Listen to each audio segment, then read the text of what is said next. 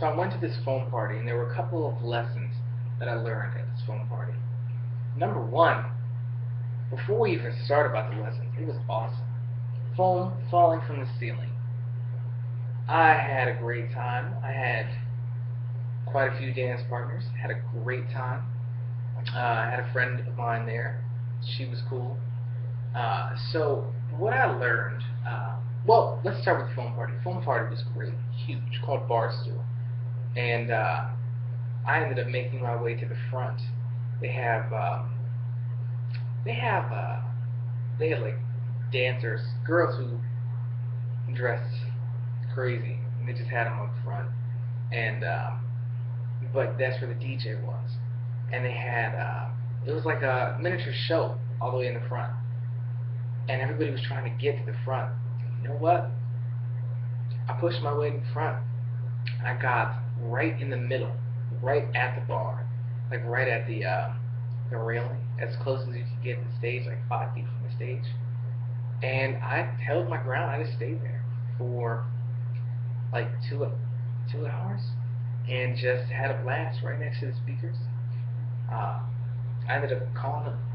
There were a few ladies who walked by, really gorgeous. When you are at the front, everybody wants to get there. You know, people just come up. So whichever girl I chose kind of came up, which was, I mean, fun. I mean, it just made for a good night. I mean, overall, the music was good. The foam party was good. I mean, everything. It was all just fine. It was just fine. But there were a couple things that I learned, and one of which is, at one point in time, I always try to take a lesson out of everything. Uh, at one point, the foam was coming down, but like heavy. I was like right under it, but it wasn't that crowded. I mean, it was crowded, but not where I was standing. Like it was just like you. I had room to move left and right, whereas literally everywhere else you couldn't. So uh, it started falling down. I was like, this is great, and then I couldn't breathe because it was like so much. What I learned, I took a life lesson out of this. I couldn't breathe. I was suffocating, and then I was trying to move forward. Some people were trying to hold their ground because they didn't want to move at all, and some people were just in the way, on it, like not caring. But there were certain people who would actually push you to keep you standing there, and they would actually push you. And I said, I can't breathe, and I started suffocating. Like I actually, like it was, there was so much I couldn't, like I was breathing in water, and I panicked. I was like, I don't want to knock people over.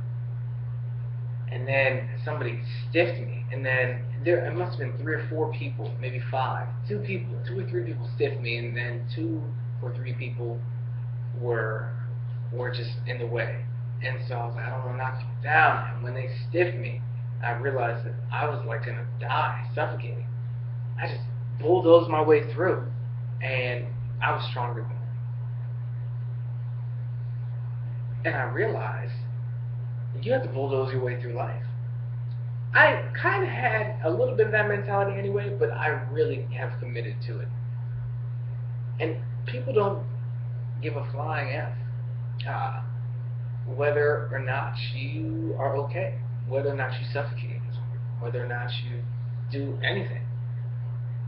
You could just fall flat dead, and people just keep partying, people keep living their lives. And so what I learned is that some people will be in your way unintentionally, but there will be people who will intentionally stop you, even if it's of the utmost importance for you to successfully get to where you're going.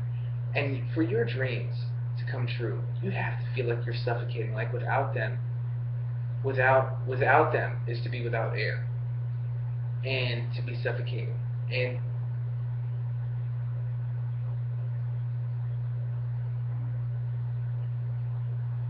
the fulfillment of your dreams is you breathing after having suffocated. So you need to feel like you're suffocating at all times, and at that point, you'll find out what you're willing to do to meet your goals. That was number one. Number two is when you have an opportunity, listen. Before you have an opportunity, make sure that you always go for opportunities. Create opportunities. I don't care how you view yourself. I don't care how you feel.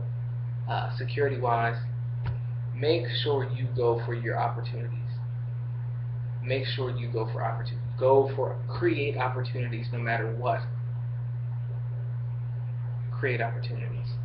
I don't care how you feel. Just keep creating opportunities for yourself. And then have the confidence in yourself to perform when experiencing the opportunities you've created. And then also, when you have what people want, like I was in the front, the finest girls, the girls who were about to be dancers, came up there. And, you know, whether they would have danced with you or not, they want to be in the front. When you have something that people want, it's pretty easy to get them around you, you know. So just be careful. For, you know, it makes you look at, you know, yeah, you know, just be aware of what people are around you for. You know, if you're intentionally doing things to bring people around you, that's one thing. But if you're unintentionally, if you're bringing them around, ask yourself, why are they really here? You know, I don't know. I guess that was a lesson for anybody who's listening who might not know. But, you know, you want to get certain people around, just have what they're looking for. Like, have what they really want. You get them around. And it really doesn't, you know, there's a lot of lessons to be learned. So it's pretty easy to get people around when you have what they want. So those are some lessons I felt like I got from the party. Take them, have fun.